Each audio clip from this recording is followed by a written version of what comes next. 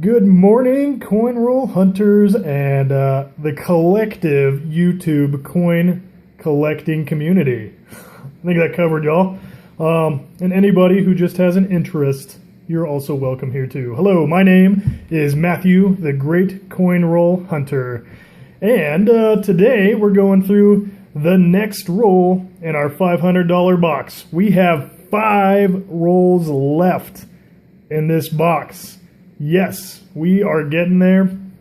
Had some interesting finds already, but just to try to shorten the length of these videos a little bit and make them a little bit more interesting, if you want to know exactly what we're looking for, check out any other video below this one. And I go into depth about what we're looking for. So with that said, let's get into it. So, checking the enders on these half dollars. We got a 1972, looks like a Denver. No silver there. And a 1974, no mint mark on that one. And yeah, let's dig in. So, let's see. Ooh, I have a much better, healthy looking complexion.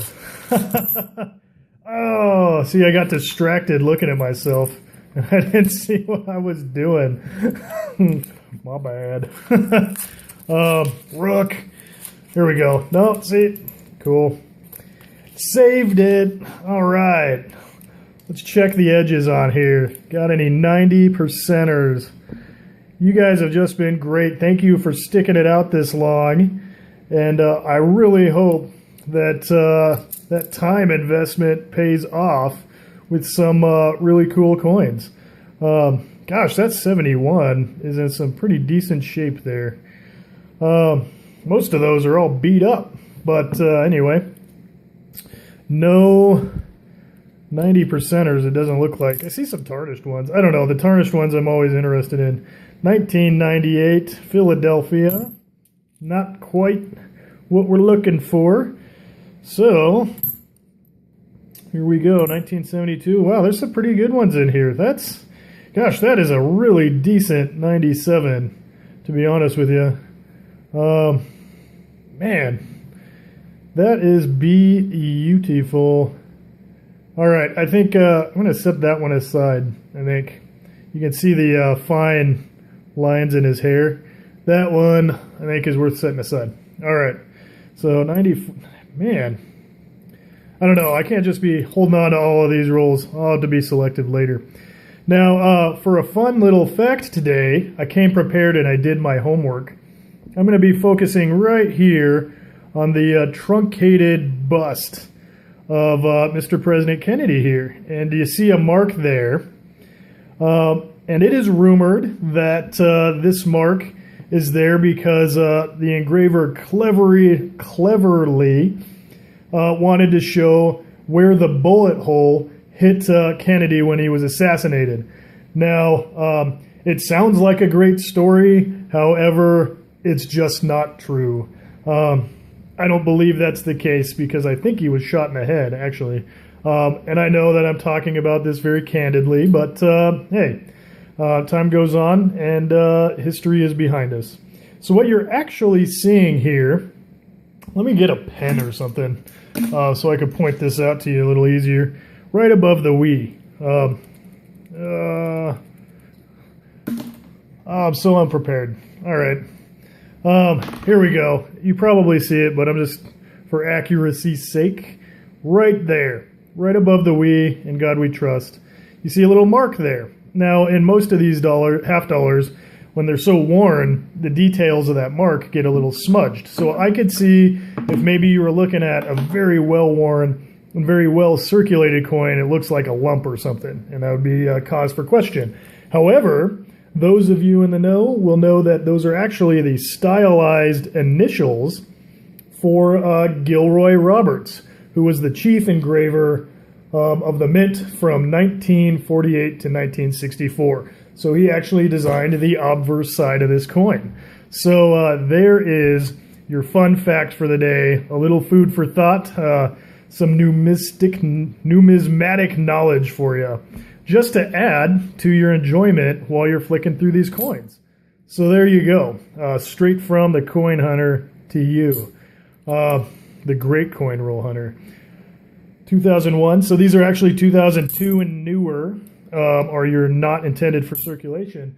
Now there was also, I discovered flicking through the red book here, and I suggest everybody get one of these.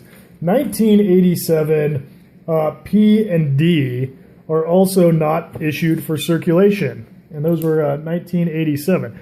I found that incredibly interesting. They wound up in mint sets and commemorative sets, and then of course the San Francisco Mint was producing those in proof sets. So if you find a 1987 of any mint mark, hey, 1983, that's definitely one we're looking for. I'm going to put that aside. Always looking for an opportunity to upgrade my coin collection. Yeah, so I don't know, just you go through these pages, and initially they look a little bit boring and overwhelming because it's just a list of dates and numbers. But if you really take the time to examine what it is you're looking at, you find and you discover some interesting things. So that's a 1988. So for example, this is a 1988 Kennedy half dollar designed by Gilroy Roberts, minted at Denver. And in this case, 1988 Denver, you can just look at the book, 12,096,000 of these coins were estimated to be minted. And in MS63 condition, which, gosh, this one might be pretty dang close. Well, yeah, it could be a $4 coin we're looking at right here.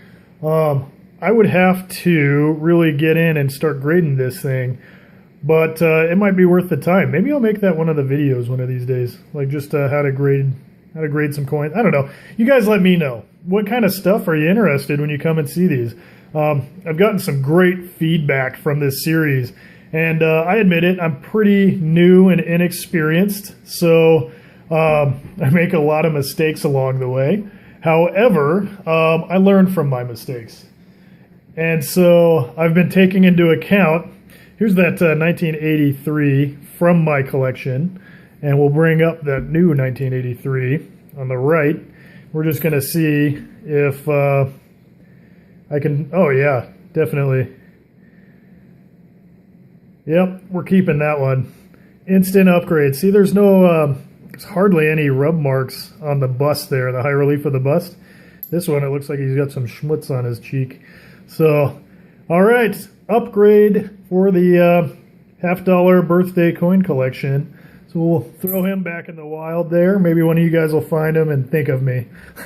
Or yourself if you were born in 1983, if you're another early millennial. Cool. All right.